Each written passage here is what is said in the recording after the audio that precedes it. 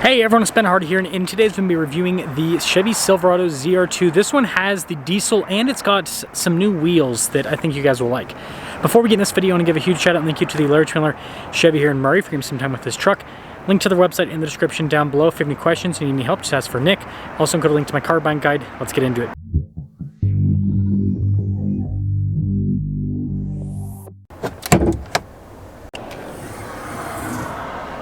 Under the hood we have a 3-liter inline-6 turbo diesel that goes through a 10-speed.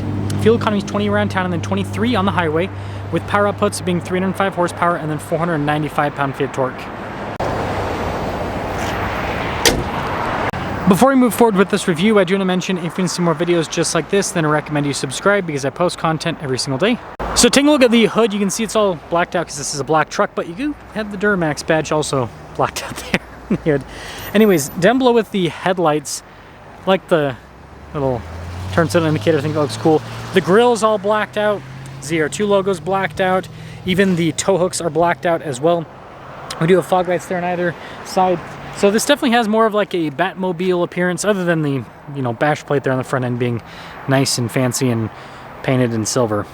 Now our tire wheel setup is 275 by 70 by 18 in the front and over in the rear, and these are the new wheels. At least I've never seen them on a ZR2 before, so beadlock capable, and it's just a cool kind of contrast with the bronze and the black. I think it looks really sharp. I prefer these to the regular ZR2 wheels. You've got the 2-inch lift just like the Trail Boss with this. Big fender flare there. You've got another ZR2 badge also blacked out. Off-road side steps like a Raptor. And then I do want to take a quick look at the suspension so you guys can see the Multimatic shocks. It's a big part. I mean, you can't see much of the shock, but that's a big part of the ZR2. It's not active like a Raptor, but it does have a position sensitivity, so it's a pretty cool system. Really durable, really capable off-road, but there's your side profile. Now this leads us to the key fob. We have our lock and unlock function. We've got the remote start, drop down for the tailgate. You got the Chevy bow tie there on the back. And taking a look at the tailgate area, I noticed that this pulls up because this one has the multi-flex. We've got LED lights here, grab handle. There's a power outlet as well. And bed liner. Now it is manual with this multi-flex in terms of the raising operation. ZR2 there on the back. You've got the bumper step too. And there's the rest of the rear. Popping inside, we've got neon stitching all throughout. This is kind of cool as well. Look at the seats. And then got storage there behind. And this is supposed to be easy to clean. That's why you'll notice the perforations are almost microscopic. So stuff doesn't get stuck in them. Underseat storage. Flat loading floor up front. And tons of legroom just like most full-size pickup trucks. Got some cup holders there, heated seats, USB ports, some vents as well. Good headroom here in the back. On top of that, I almost tripped, but there's the passenger cabin. This leads us up front where, again, we've got a bunch of neon stitching and everything. Front two windows are automatic. You've got your mirror adjustments. The mirrors do power fold in. Memory seats, blind spot monitoring with the mirrors as well. 1363 for the payload. Towing capacity is 8,600 pounds. And here's the front seat. Get a nice perforated trim all down the center. All of our adjustments here on the side, the air power. And this does have 4-wheel auto, high and low. You also have a tow mode. That's to change the drive modes. You've got your light controls right next to that too.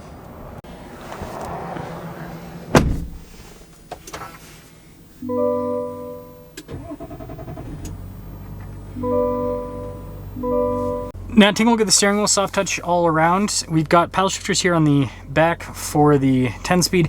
Radio controls just below those. Bunch of practical controls in the front, including for our cruise control, heated steering wheel. You've got controls there for the center stack as well. Turn signal, windshield wiper stock. Digital gauge cluster here, which you can use to scroll through and see info on different items. So like you got navigation, you got music, just truck information. And then it does give you an animation with the drive modes. Notice it turns on the diesel exhaust brake when you pop it into tow mode. But you have an off-road, which is for normal off-roading, and then terrain, which is for rock crawling. And notice you have to be in 4-wheel drive to go into terrain mode. But yeah, nice little setup. 360 camera system, which I like a lot. I mean, there's pretty much camera views on every single part of the truck that is necessary, plus a little bit extra if you ask me. Quick response time with the screen, has Apple CarPlay and Android Auto, shortcut bar there on the side, and then you've got the tab there, which again has a few different items. Bunch of physical buttons down here, so for your lane departure, parking sensors, auto stop start, tailgate drop down, hazard lights, stability control, hill descent control, and then that is for your diff locks at the very end. So you can have the rear locked by itself. If you want the front, you got to have both locked. Just logical. Trailer brake controls, heated and ventilated seats, dual zone climate controls.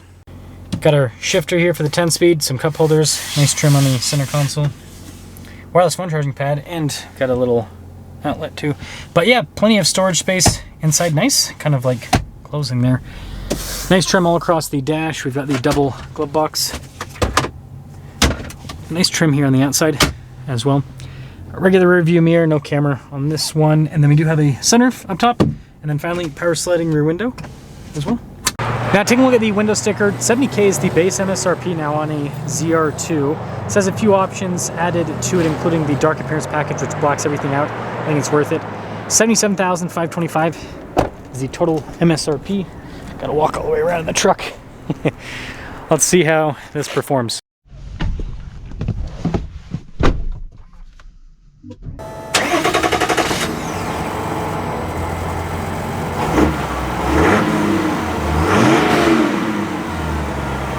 Well, let's set off in the ZR2, the regular ZR2.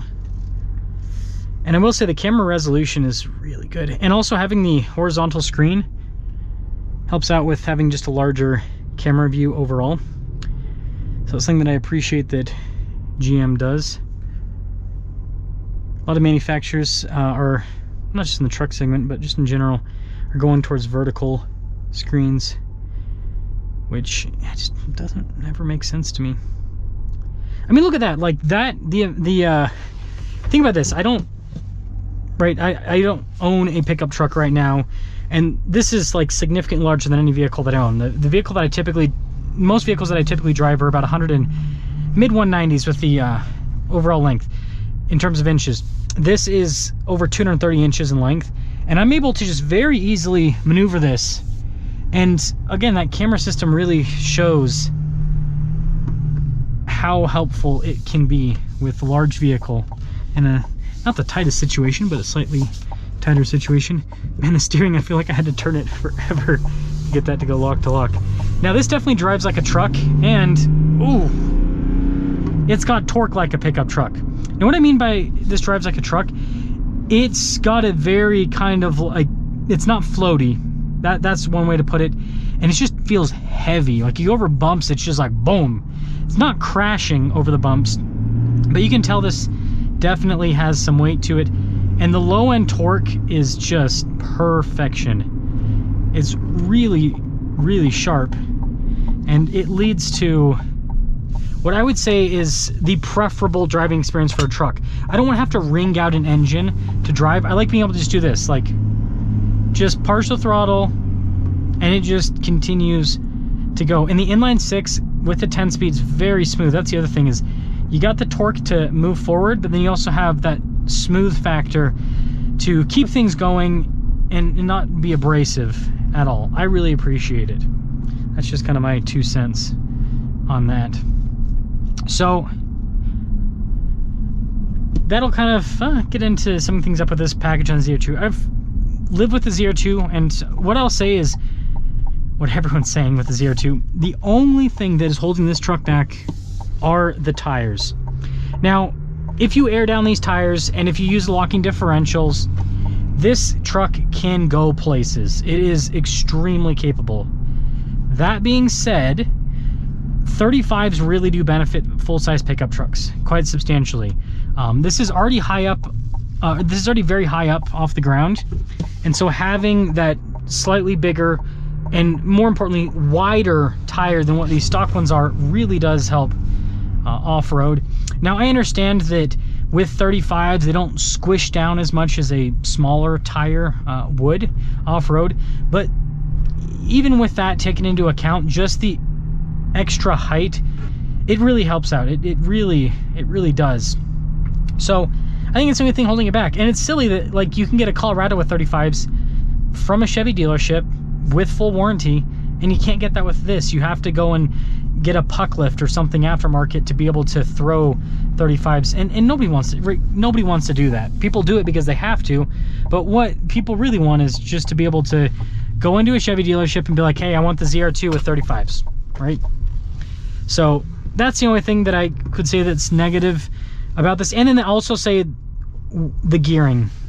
I think that GM should consider, this is what I would do if I was GM, consider doing a 35 package and re-gearing it. I think that would be a great truck, and as long as they keep it in like a lower volume bracket in terms of sales, I don't think it's going to affect things too much, because obviously the fuel economy is going to go down. But if they're mostly selling these and they sell a few of the 35s, then that'd be fine. And in terms of what I would do is, I would probably, like with the diesel with the 6.2 V8, I'd probably do a 410 or a 430 axle ratio. That would be absolute perfection, to where the truck would just have great on-road performance with those tires, and then off-road it would be an absolute monster. Nobody would be able to beat it. So let me know your thoughts.